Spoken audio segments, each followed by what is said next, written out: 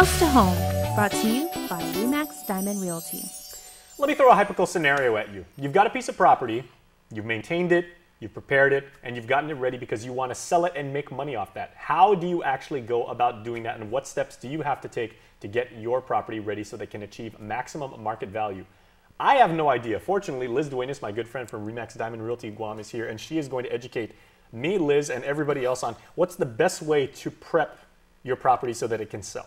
Well, occasionally we get someone who's leaving a year from now or 6 months from now. Actually, I'm heading up to Barrigada to get a listing agreement, and this individual family, they're relocating to the States. So they gave me heads up like 3 months ago that they're leaving. So I said, okay, let me come and do an inspection, which I did. I looked through the house.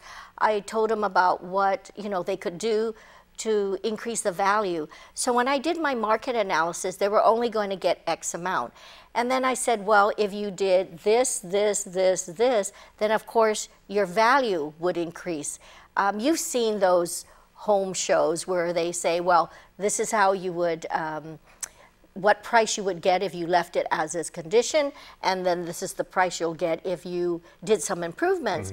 So this particular owner, they totally renovated the bathrooms, they renovated the kitchen, they're painting inside out, their balcony area, they're painting that, they've repaired the rust spots. So they're doing above and beyond what some others would have done. So what has happened is after that I did my market analysis, and because of its condition, of course it would improve the value of their home. But not everyone could go that distance because everything you do costs money.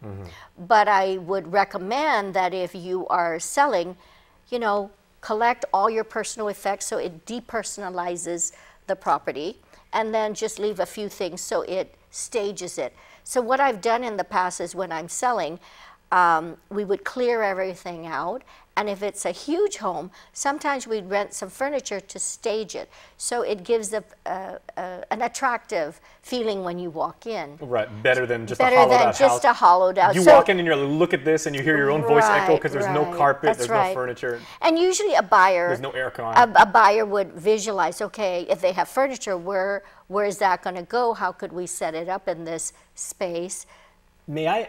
May I give something as a counter argument though? Because I'm a perpetual pessimist. You know this. I'm all, only the paranoid survive, right? That's just me. I'm neurotic.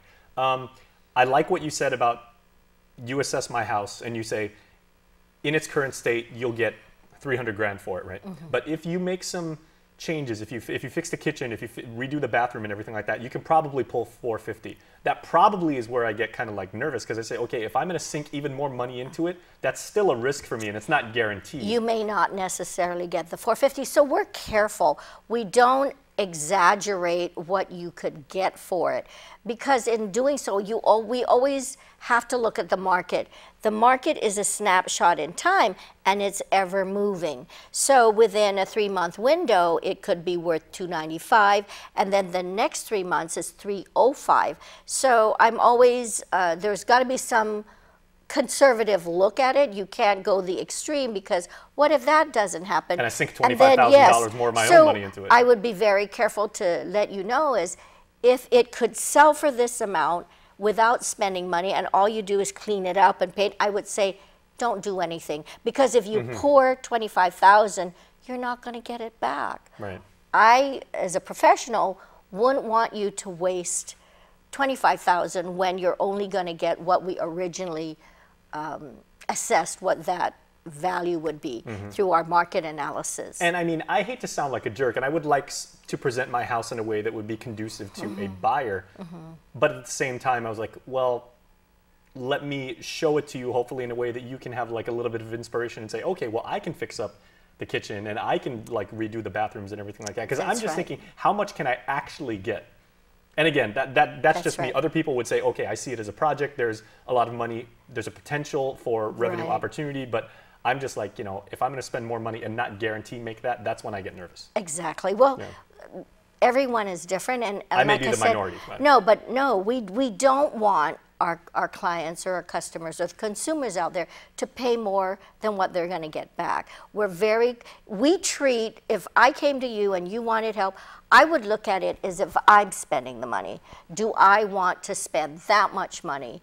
You know, I take pride in the information we give and to make sure it's not overbearing for you to renovate, and then it's a financial concern. So we always ask, what's your current situation? How quick do you want to sell? Because your home would sell probably without doing anything, but it would take maybe 6 months to move it. I mean, I've had listings that are priced on the high side and the market wouldn't bear it. So over time, we just recently sold a piece of property that got exactly what the owner wanted, but we waited a number of years to get it.